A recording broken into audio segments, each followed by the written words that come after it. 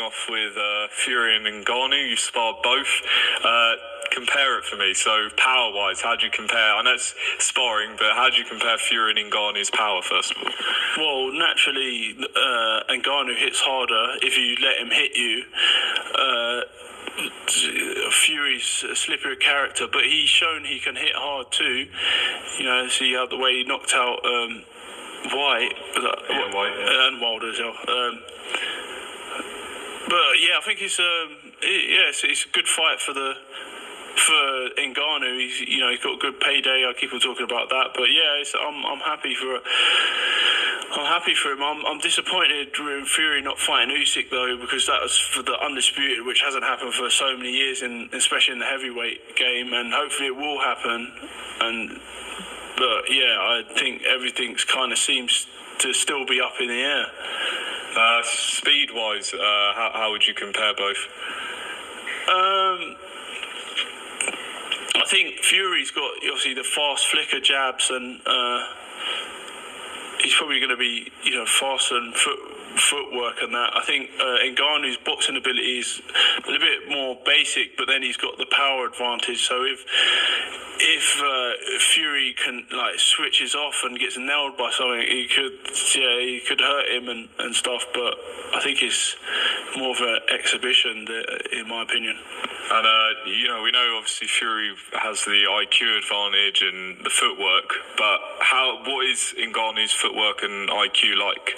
Ngannou started with boxing, so he has got boxing ability, and he can, he's got quite fast hands and very powerful shots. Because I remember when sparring him, they were going whistling,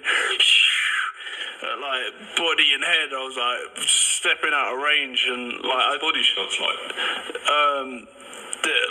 if I wasn't protecting or getting away from him, and then I wouldn't like to take any cleanly. Wow. Those are the words of Joe the Juggernaut Joyce as he compares Tyson Fury and Francis Ngannou together. Keys of victory: who punches harder, who can do what, and let me counterpunch.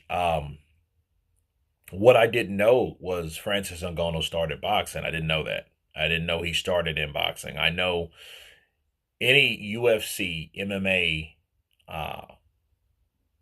based fighter, the purest fundamentals, okay, is boxing, especially when you're standing up. Okay, a standard fight game would be jab, right hand, left hook, right hook. A lot of times UFC guys, they, when dealing with striking, any striking background, it's boxing. Okay, they teach you how to properly throw a punch. They teach you how to land a punch. They teach you boxing fundamentals, but it's just the simplest. But I did not know that Francis Ngannou started. Now, if they meant like every other UFC fighter, sure. Okay, with a striking game, yeah. You know what I mean? Exclude the hammer fist, right? And the elbow, of course. But, anything else, it's just, it's pretty much it. And you can throw an uppercut in there. So, basically, that's what we're dealing with. I was surprised to hear, Joe Joyce, talk about the punching power of Francis Ngannou. So he is one hard-hitting guy. And I've seen his punches, and I've seen him knock guys out with solid shots. I mean, they were out cold. It's just the UFC doesn't acknowledge that when you get hit and you're standing up and you fall and your eyes roll back in the back of your head, I guess they don't classify that until someone comes over you and whacks you with a hammer fist or whatever they do, which I think should be stopped. But those are the rules of the UFC. That is the brutality of that sport. So it is what it is. Now, one thing I do want to not even really add to is what Joe Joyce mentioned as far as the importance of Francis landing. I mean, this fight, to hear these guys talk, sure, you can size up the punching power of Francis, and I don't doubt Joe Joyce, and we all know Joe Joyce has a chin. We know he can take a shot, and then he could give one. But the problem with this encounter between Tyson Fury and Francis Ngannou is it's not real, meaning this can't even be a real challenge for Tyson Fury. This had to be like an exhibition. So if all in all, if someone gets to beating up someone else, sure you'll hear talk, you'll hear chatter and whatever, but it won't mean anything because nobody really will be in a situation to do anything. You know what I mean? Like anything important as far as dominating the other.